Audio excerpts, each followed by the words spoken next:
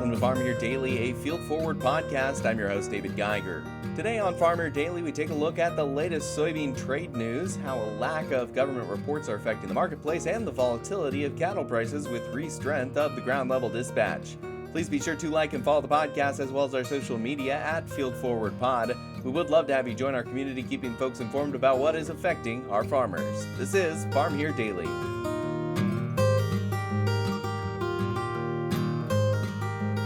And joining me on Farm Here Daily, we're going to take a look at the markets and some of the trends that are going on. And to do so, we have Reese Drenth with the Ground Level Dispatch. Reese, thank you so much for joining us today. And let's start off by talking about what happened over the weekend. What do we know now as we head into the presidential meeting tomorrow between President Trump and President Xi Jinping? Yeah, thanks for having us. Always a pleasure to talk to you every Wednesday. Yeah, so we over the weekend we got some great news. There's a couple key headlines for the farming community. One, we finally signed a framework trade agreement with China. The U.S. and China did. That's kind of the headline we've all been hoping for over the last 6 to 8 months. It's been a grind to get here, so we were happy to see that. And then the second thing was, the Treasury Secretary Scott Bessent was kind of making the rounds on the morning news shows, making claims that specifically soybean farmers were going to be very happy with what the agreement had in store.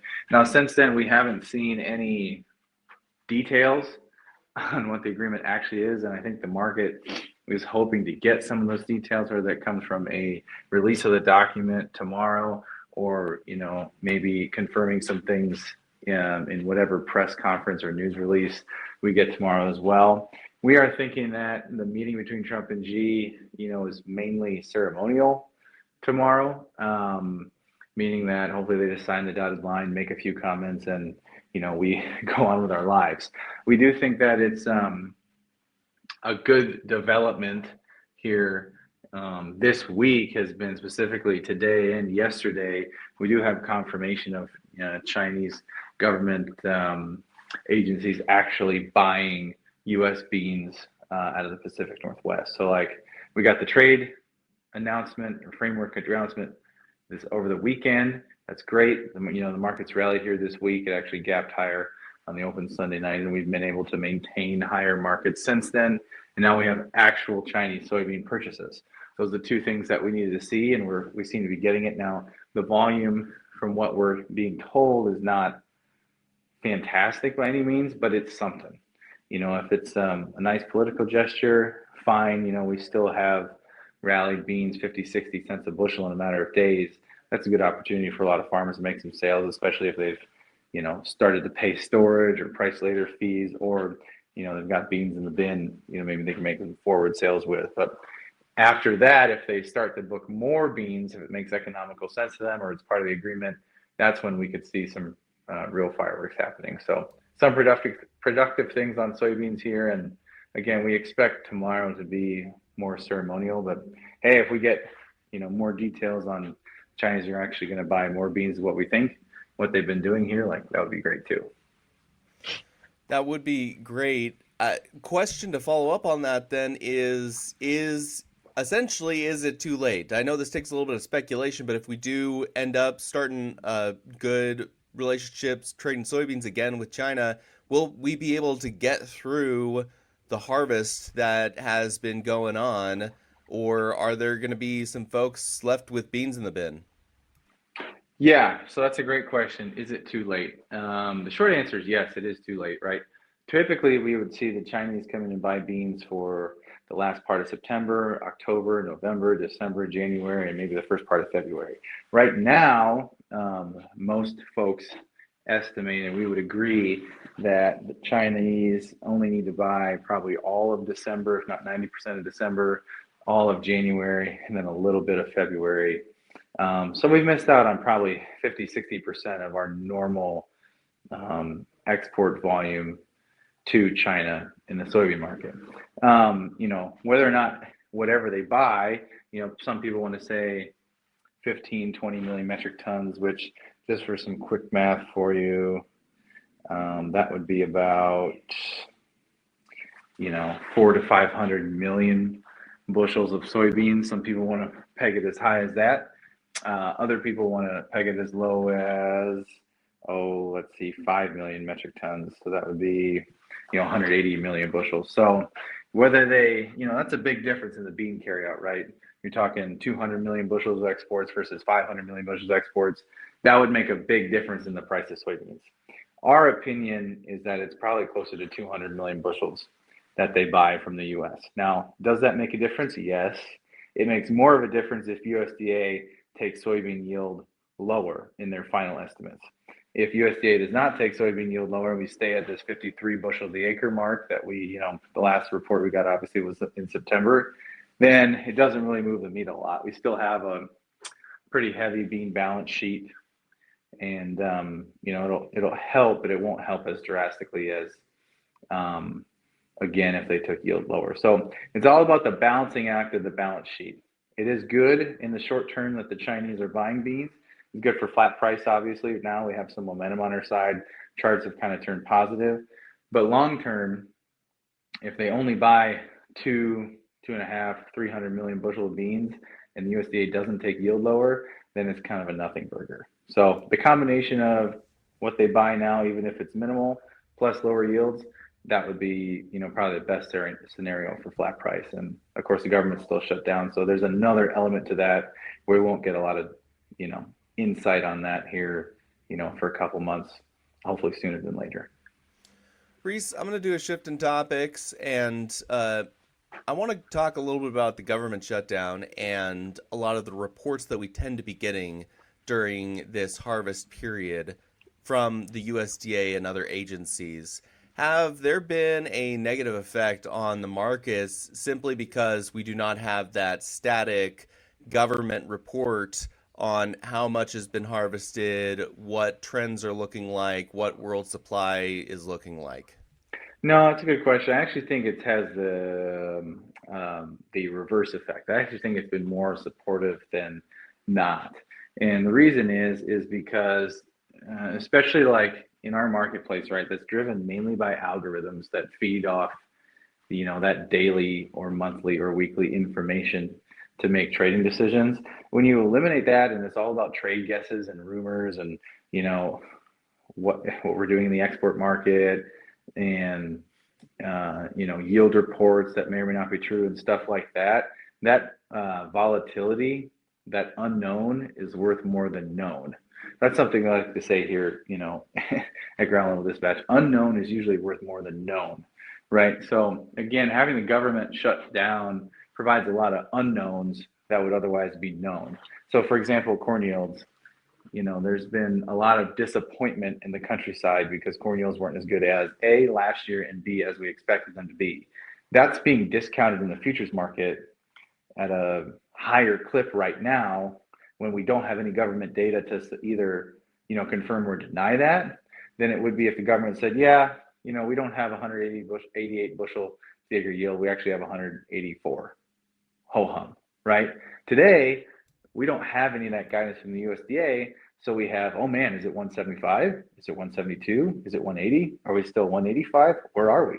That guessing game provides more volatility and also more premium to the market than if we were getting the steady flow of information. So, to comment, from a bigger standpoint, from a marketing perspective for the farmer and your listeners who are farmers and trying to make this pricing decisions, I think this window here, this 2 to 3 month window where, the government is still shut down, we're not getting the data, and we have this, not panic attack, but we have this momentum like, hey, yields aren't as good as what we thought they were. Until we get finalized yield data from the government, which I think should be in January, but if they don't get open and it takes them too much time to consolidate the data, maybe they push back the final yield report for a month or two, or who knows. But this window here when we don't know, I think that's going to provide a major opportunity to sell both old crop and new crop corn and beans. And again, it's because of that volatility that we're not getting the steady hand of the market or the government and their information to help markets make those decisions. It's going to create volatility, and volatility is opportunity.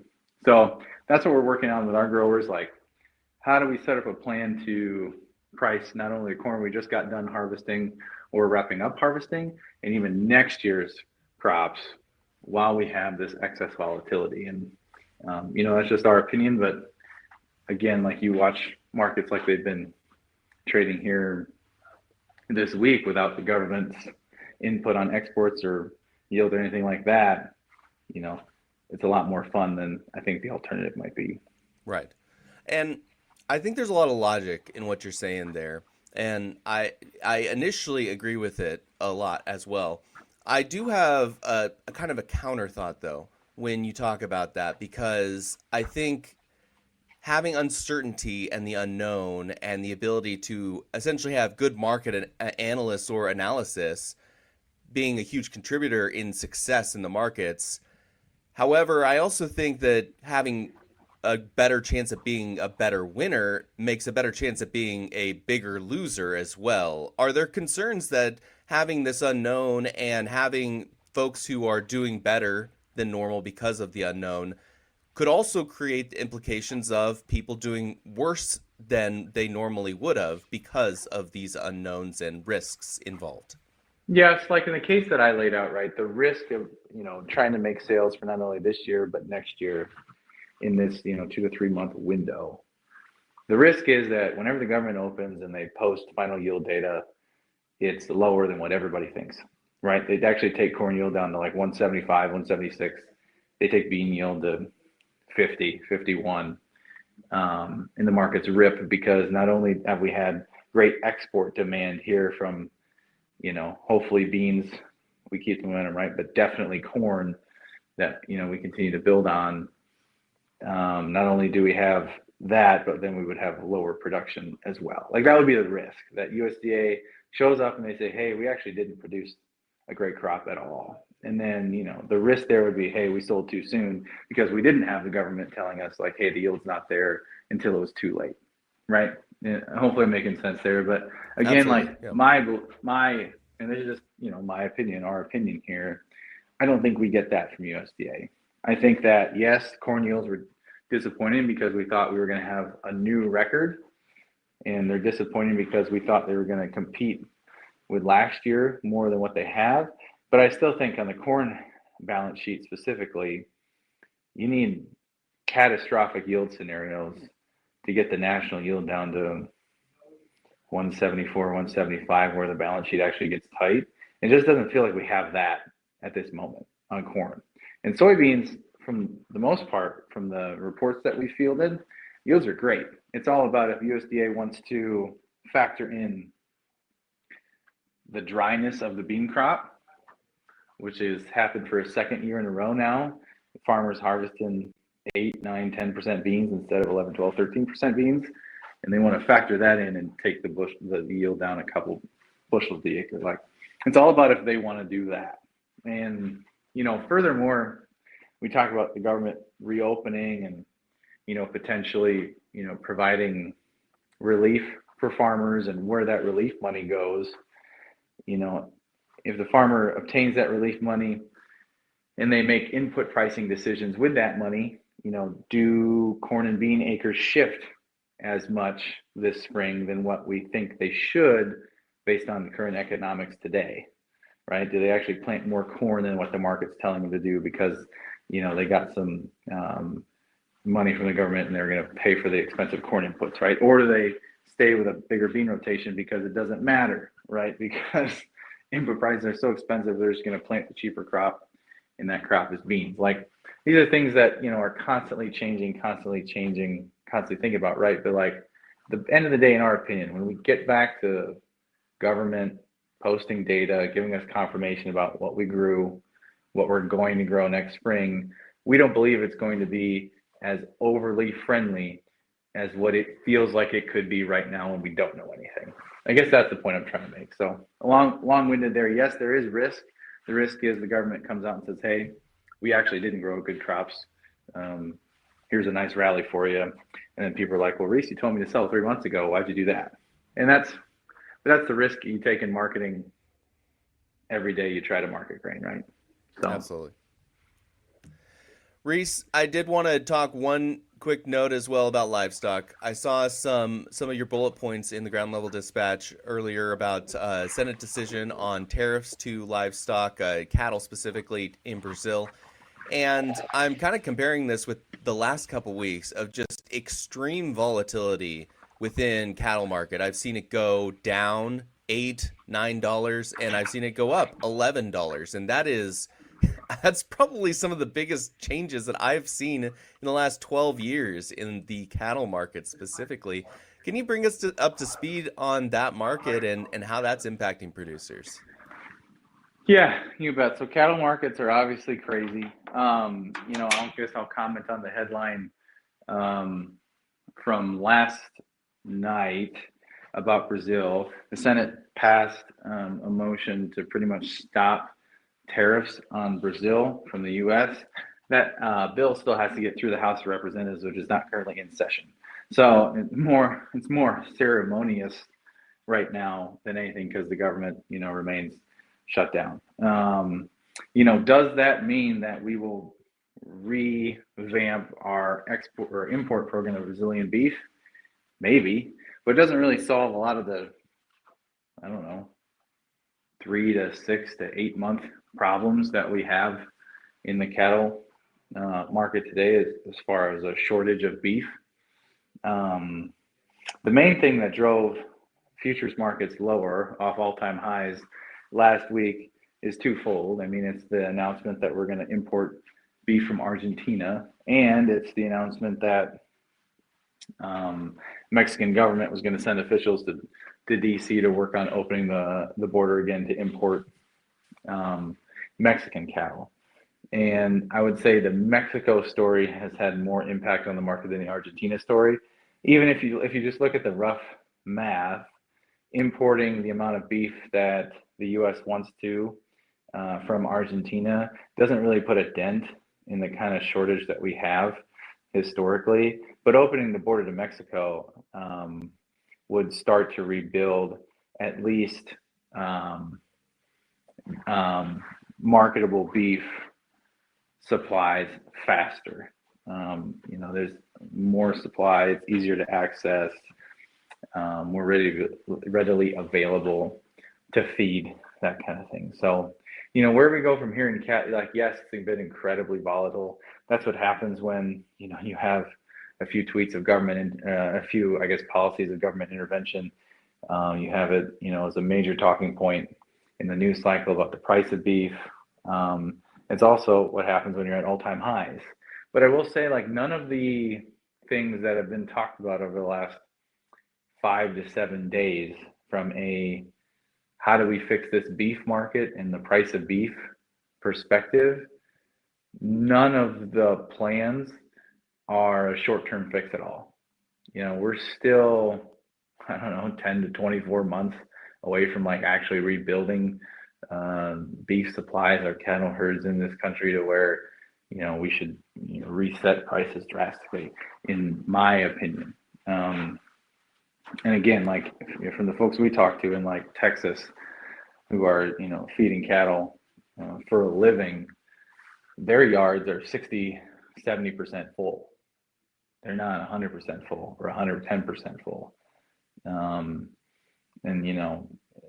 it's going to take a lot to get their levels back to normal. And it's not going to come from importing 4x our normal quota from Argentina. And it's not going to come that fast from opening the border with Mexico. Like, we were still tight on cattle when the border was open with Mexico. So all that to say, yeah, there's a ton of volatility. We don't think the policies that have been talked about being put in place and are being put in place are short-term fixes by any means. So we're probably not done rallying cattle. We're also probably not done being extremely volatile, right? Because of how popular this topic has been in the headlines and kind of the work that some folks are doing to try to stabilize the market. So hopefully it answers your question, but Yeah. it's been very interesting for sure. I know that hogs are a very small percentage of the actual trading market. I think it's just 10% is, what's actually being seen on the board there. but it is pretty relational to cattle. Is it just because of how little percent of the market it is that it's not being as influenced one way or the other? Because it seems to be moving along very slowly in comparison to some of the news points to cattle. Yeah, that's a good point. I mean, my only comment on that would be pork prices from a consumer perspective have definitely not been as impacted as beef prices. And so, from a headline risk perspective, from a government intervention risk perspective, like I just don't think there's enough juice versus squeeze there that the cattle market has. So, and I will, give a little caveat. We are a lot smarter when it comes to corn, beans, wheat, and cattle than we are hogs. But Absolutely. I just think there's not as much oomph there as what there's been on the cattle side of things from a headline perspective and a consumer perspective. And I think that's part of it. Right, definitely a smaller market. Reese Drenth is with the Ground Level Dispatch. Reese, at the description of the podcast, we're going to have a link to a month free trial with you guys over there at the Ground Level Dispatch. If someone were to click that and give it a shot, what would they be able to experience? What would they get for that? Yeah, we do our best to send out 2 wires every day, one early in the morning, one towards the late afternoon, early evening. Just try to talk about things and wrap things up in a nice, short 3 to 5 minute read, touch on the points that matter to us, and then what we think matters to the markets and marketing decisions the most, and then try to send out 2 to 3 longer form editorials a month with, some other things we like to talk about, with grain agronomy, etc. So give us a try. I'd love to have you. Reese Drenth with the Ground Level Dispatch. Thanks so much for joining us on Farm Your Daily. You bet. This is Farm Your Daily, a Field Forward podcast. Thank you so much for listening. Again, in order to continue to produce this type of local content, we would love to have you join our community. So please follow the podcast as well as our social media channels at Field Forward Pod. You can also find me on social media at Geiger Reports. Again, I am your host, David Geiger, and I'll be back again tomorrow, everybody.